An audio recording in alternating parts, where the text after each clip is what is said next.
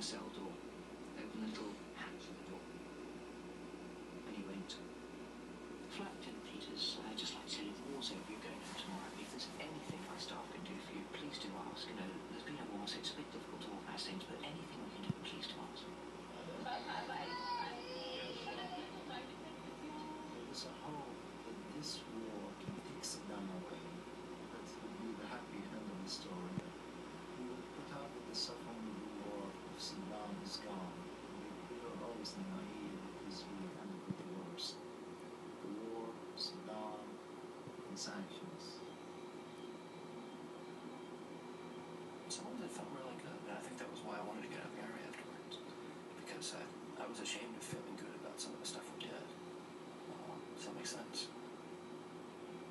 I waited a good 6 months and I finally applied for conscientious objector status and asked to be discharged. One of the missions of the Gulf War was to cripple the Iraqi army to the point that it would take them 10 years to recover. Those 10 years have now passed.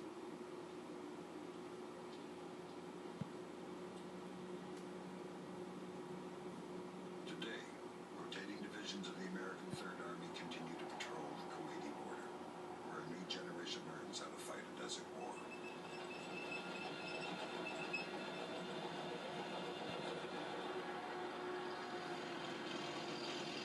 I'm very proud of the fact that we were able to win a great victory against a very sizable military force, okay, with a very, very low casualty rate. And, you know, that to me is more important than anything else.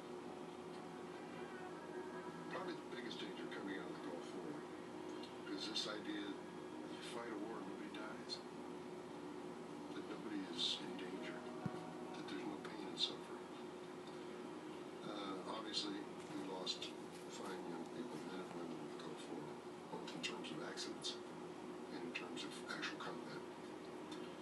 And to the parents and to the husbands and wives and children of those people, pain is severe.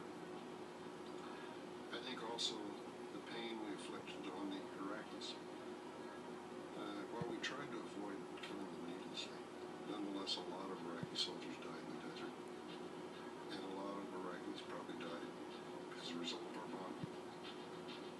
And so if I had a message about the Gulf War, is that the war's a horrible thing. It should not be entered into except under the most dire circumstances.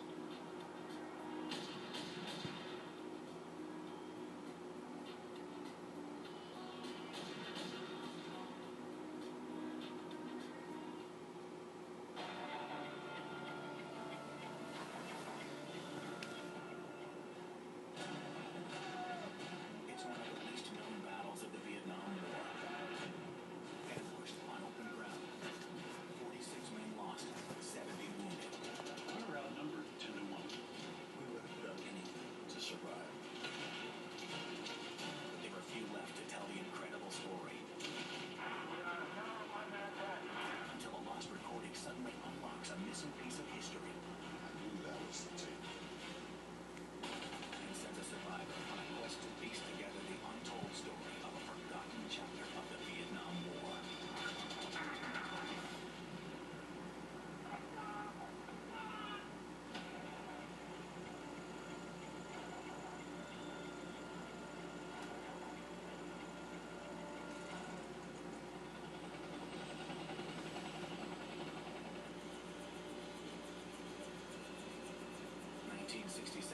The Vietnam War has raged for 2.5 years. 15,000 U.S. soldiers are dead.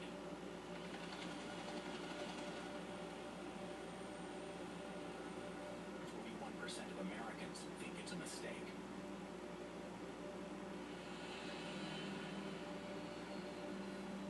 President Johnson is fighting a battle for hearts and minds as much as for territory. The North Vietnamese Army, or NVA,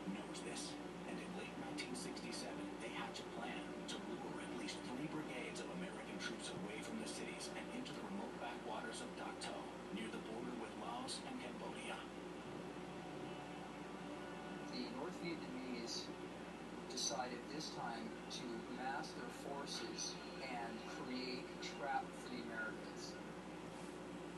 Their goal is not military victory. It's to inflict so many casualties on the U.S. that the American public will turn decisively against the war. The point was, okay, we know if we threaten those bases, the Americans will come after us. The NVA are right. In response to the threat, the U.S. launches Operation MacArthur. Thousands of U.S. troops are sent to the Compton province, where a series of clashes takes place from November 3rd to the 22nd of 1967. It would become known as the Battle of Dak To.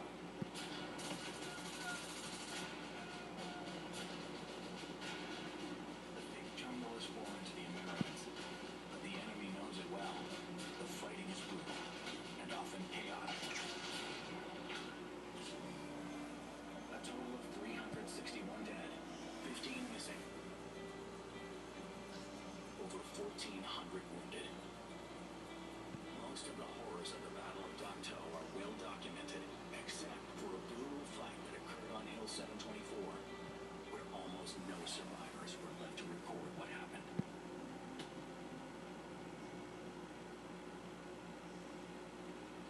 When Operation MacArthur starts, the U.S. seems to get a break. A North Vietnamese defector reveals the details of the North's plan for Dak To.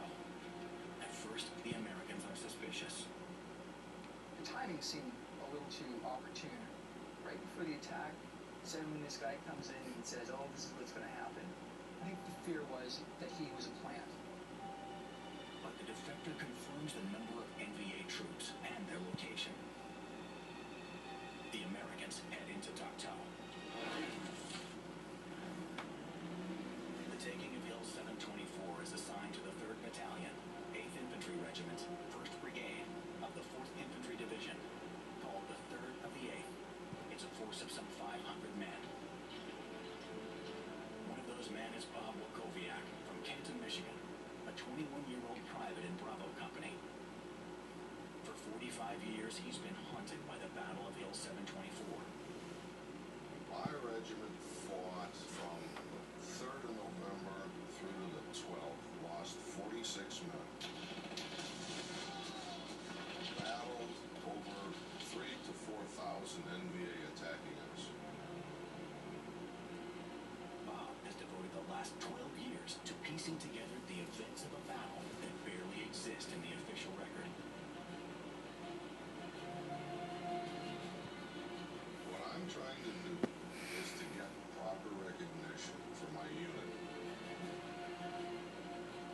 He collects dozens of interviews and hundreds of photos before he brings his work to historian Eric Villard, who is documenting the Dak To conflict.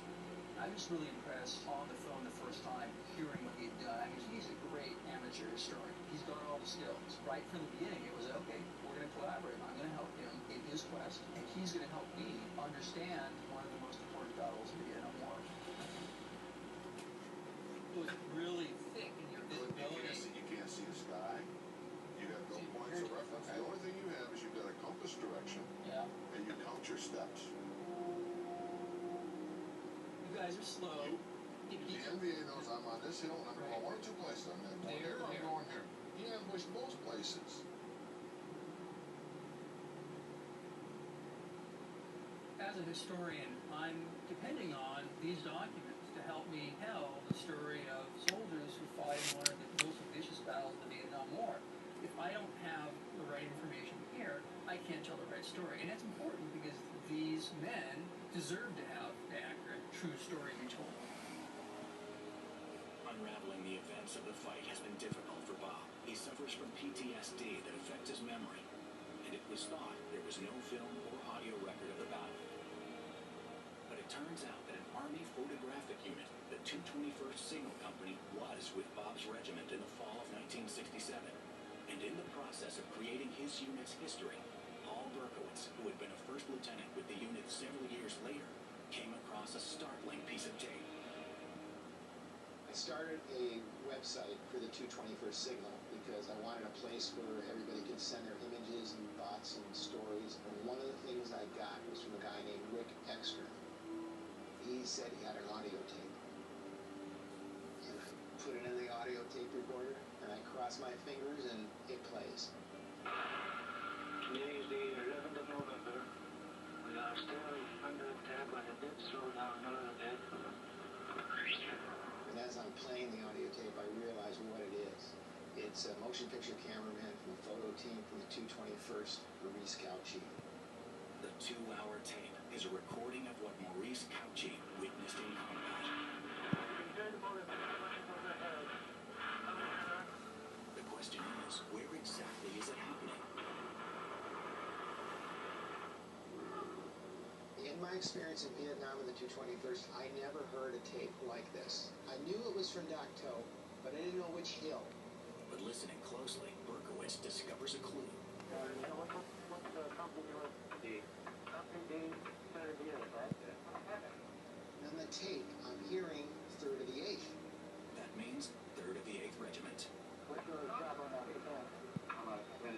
And so what he may be hearing is actual audio of the Battle of Hill 724. And that led me down the path to the guys that actually fought the battle.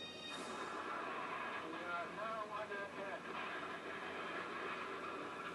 When Berkowitz sends the tape to Bob Wakowiak, he can't believe what he hears.